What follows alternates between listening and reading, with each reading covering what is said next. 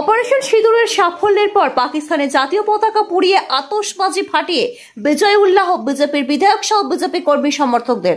পশ্চিম মেদিনীপুর জেলার ঘাটালের ঘড়ি মোড় এলাকায় অপারেশন সিঁদুরের সাফল্যের উন্মাদনা।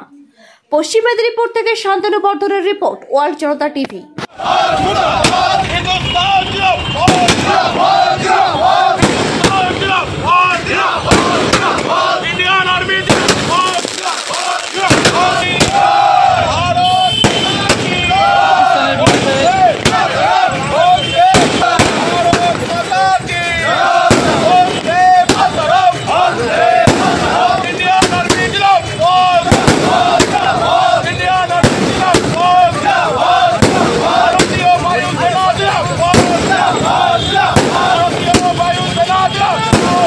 পাকিস্তান এমন একটা দেশ যেখানে জঙ্গির বসবাস 100% জঙ্গি বসবাস করেন।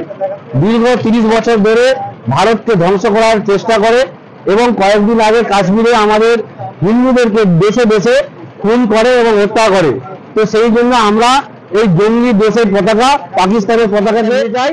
ভারতের সঙ্গে যদি পাঙ্গা নেয় তাহলে টুকরো টুকরো হবে এবং সন্ত্রাসবাদী যারা রয়েছে তারা খতম হবে। গতকাল ভারতবর্ষের প্রধানমন্ত্রী তার সেনাদেরকে দিয়ে যেভাবে পাকিস্তানের 9খানা জঙ্গির আড্ডাকে খতম করেছে, সেই সঙ্গে সঙ্গে আমরা বার্তা দিতে চাই এবং সেনাবাহিনীদেরকে ধন্যবাদ দিতে চাই, তাদের দীর্ঘায়ু কামনা করি। তার সাথে প্রধানমন্ত্রীকে বলতে চাই যে ভারতবর্ষের কোনায় কোনায় পাকিস্তানি জঙ্গিরা রয়েছে, বাংলাদেশি জঙ্গিরা রয়েছে, সবগুলোকে খুঁজে বের করে ভারতবর্ষকে মুক্তি করতে হবে।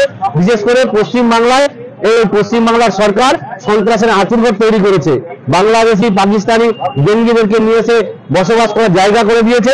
সেই পশ্চিমবাংলাকে যেন জঙ্গির হাত থেকে বাঁচায়, তার জন্য আমরা প্রধানমন্ত্রীর অনুরোধ রইল।